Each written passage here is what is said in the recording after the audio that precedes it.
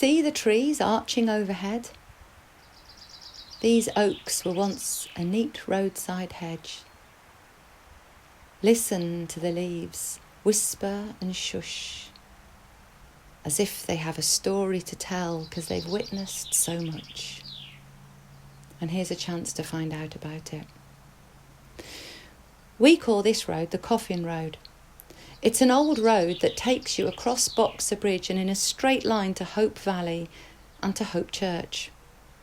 Before the coming of the new roads and before the coming of the new industry and before the coming of the new churches, this was the route that would be taken to Hope, to cement families and land ownership through marriage, and to witness the course of families' lives altered by death. A road of pain. The story that I have to tell you is muddled of fact and riven with uncertainties, which is perfect territory for a story. But whilst the details are scant, the sensation is huge.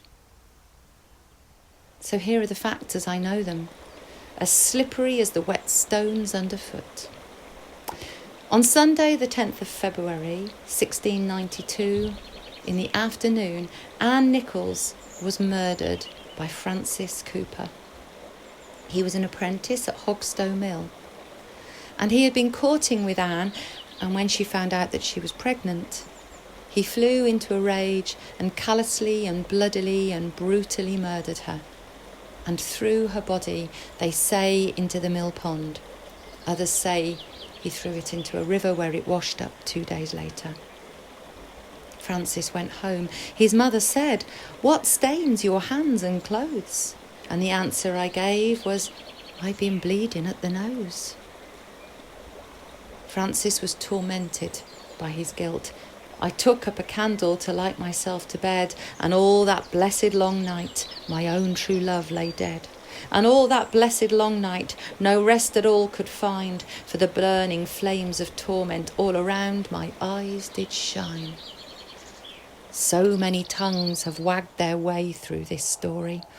And as Francis was led to the gallows to be hung, the broadside balladeers swarmed, selling their sheets with rhyming versions of the tale that had been cheaply clacked out by printing presses and sold for a penny to people of dubious literacy, who half remembered the story, and the bits that they couldn't remember they made it up.